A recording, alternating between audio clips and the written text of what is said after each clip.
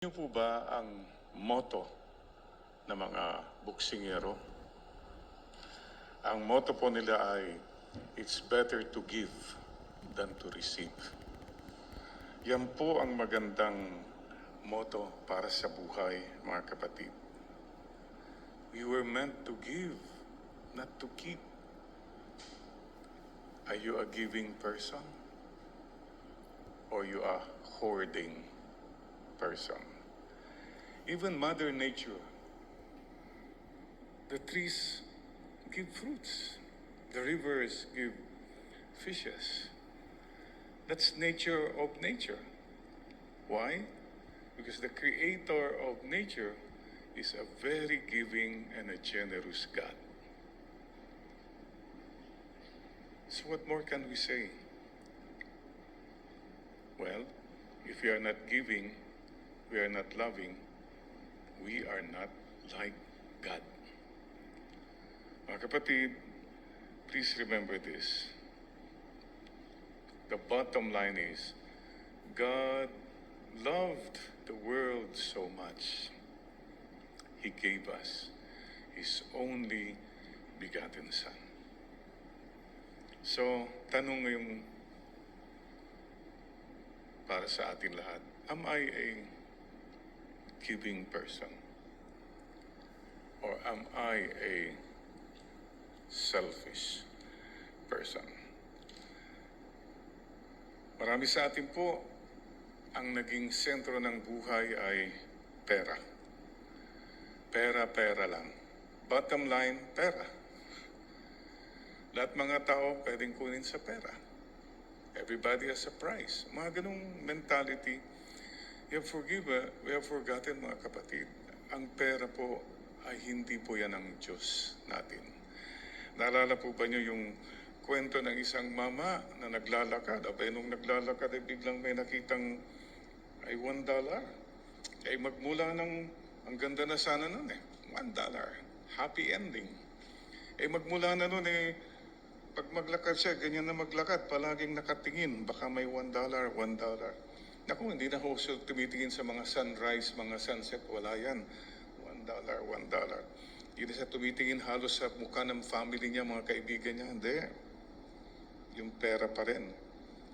Worse, itong taong ito po, pati ang Diyos, nakalimutan niya. Hindi na siya tumitingala sa Diyos sa kahahanap niya ng $1 na yan. Mga kapatid, hanap buhay. Okay po yan. Pero kung minsan, yung hanap buhay, dahil sa pera, hanap patay na yan eh. Yung halos mamatay ka na, you sacrifice your health because of money. Hindi na po tama. Hanap patay. Mga relationships mo namatay na kasi pera ang inuuna mo. Wala mga kaibigan, wala yung mga mahirap na yan, basta pera pinag-usapan, wala ng kaibigan, walang kamag-anak. May mga ganun po eh. Pati po ang Diyos, nakalimutan mo. Pati yung ugali mo na kamabuti, namatay. Hanap patay na yan dahil sa pera. Is your money making you an angry person? Pera, dahil sa pera, matapang, masungit, mayabang ka na. You have been corrupted by money. Think about it. Money is not everything. And, ang ganda po, ang dapat tanungin po natin, yung giving. Giving. How do we give? First of all, quantity. Quantity. Sabi po natin, magbigay ka ayon sa nararapat. According to your means. Somebody said, when God raises your quality of living, you also must raise your quality of giving. Pag tumataas po ang buhay mo, dumadami, ganon din sana po tumataas ang iyong pagiging mapagbigay. Ang problema po sa iba, tumaas na ang buhay nila sa yaman, etc. Ganun pa rin magbigay.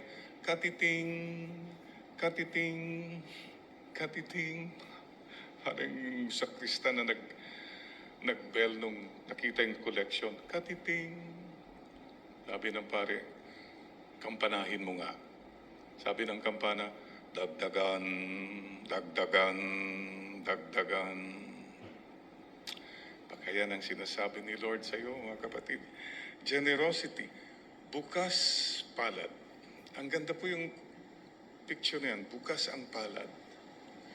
Ang kabaliktaran daw, sabi ni Father Alvarez, tikom ang palad. Ikaw ba'y bukas o tikom? May iba naman, half open, konti, gano'n. You know, mga kapatid, nung tayo pinanganak, ganito ang kamay ng isang sanggol. Selfishness. Very symbolic po. Pag mamamatay na pong tao, bukas ng palad. Wala naman hong namatay na nakaganon. Yung mga nakahawak sa pera, ano ko, mamamatay na ako, bigay yung mga pera sa akin. Ayan. The movement of life is from this to this, mga kapatid. And please, mga kapatid, yung pong pagbibigay, quantity, remember, quantity. Isa pang kwento po, naikwento ko na po sa inyo. Ito na po, may isang mayaman, medyo mayabang pa, pero kuripot pa. May mga ganun po. Anyway, pag magsisimba siya, doon pa gusto niya palagi sa harap, siyempre, para kita lahat ng mga tao. But aside from that, pag dumarating na yung collection, isang araw, pag dumating collection, palagi niyang pinipinahan yung bulsa niya. O yun ako yung 1,000, hindi. Ibibigay niya yung 20, paspasan lang para hindi makita ng mga tao. So parang nakaisa siya palagi. Isang araw, ganun ang ginawa niya, lagyan niya ng 20, maya-maya may tumapik po sa likod niya. Pagtingin niya ganun, may inaabot na 1,000. Eh di, kinuha niya, nilagay niya sa koleksyon. Halos makonvict siya, kakaya naman ako. Buti pa yun. 1,000 ako, 20 lang. Parang medyo nag-iisip siya. Aba, mamaya po, tinapik uli siya ng mama sa likod. Sabi ng mama, Sir, yung 1,000 po na yun, nahulog kanina sa bulsa niyo. Pagdukot niya, sumama yung 1,000. We cannot manipulate God. Alam niyo, ginagawa natin madalas, parang aso ang Diyos. Sige, konting bigay. Yung mga taong tumatahol dyan, sige, konting bigay para matahimik na sila at peace ako, feel good na ako. Oh God, we need to learn more. Marami pa ho tayong dapat matutunan about true giving. Okay, giving ka, pero the quality of giving. First of all, ikaw ba ay give na give? Yan ang unang tanong eh. Marami sa atin kasi hindi give na give. 1 give, 2 gives, 3 gives, gano'n. Hindi give na give. At wala pang forgive. May mga tao po talagang buhos eh. May mga tao na mahalata mo na kalkulado. Then numero at hanggang dyan na lang ang limit. Fine, it's your choice. It's your decision. But if we are to be like God, then we give more generously. You can't go wrong with generosity. Pwedeng lukuhin ka siguro ng mga tao, but there is the joy which the world cannot give nor take away. So, what are the elements of true giving? SSS. First, you give with sacrifice. Kung wala pong sakripisyo, hindi po true giving. Sacrifice. It means you go beyond your comfort zone. And as you always have heard this, you give until it hurts. Yung medyo masasaktan ka, medyo madidisturbo yung comfort zones mo, that's already true giving. If you really want quality giving, sacrifice. There can be no true service even, and there can be no true love without sacrifice. So that's the first one. And you go the extra mile. Ito po ang madalas. Hanggang dito na lang, maraming salamat po, tapos na. But what if God said, anak, go another extra mile? Hirap na yata yan. Then you're beginning true giving then. Grace abounds when you go the extra mile. Yung talagang hindi na dapat pero sige pa rin, and you do it, that's true giving. Now we begin to know what true giving is. Ay punong-puno na. Minsan I had a recollection. Pagdating ko, about 1,000 people, akala ko, well, sa compound ng school, mayroon silang, auditorium. Hindi po. Doon po sa gym. Alauna ng tanghali. Can you imagine? Sabi ko, Lord, okay. Pagsimula ko, the sound system was very bad. Ay, Diyos ko po pa, halos sumisigaw ka na. Sabi ko, Lord, sige po, bakit po pinapahirapan? May mga ganun ka ng kuna. Not only that, biglang nag-brown out. Naku, wala na talaga, walang electric fan, wala na po. So you see, akala natin hanggang dito na lang. Baka si Lord, kaya mo pa yan, anak, kaya mo pa yan. But there's freedom and joy if you really go the extra mile. And sacrifice, the next S is give with a smile. Mayroon po kasi magbigay na halos, sige na nga, para malis ka na. Yung mayroon ka pang matatanggap na parang insulto.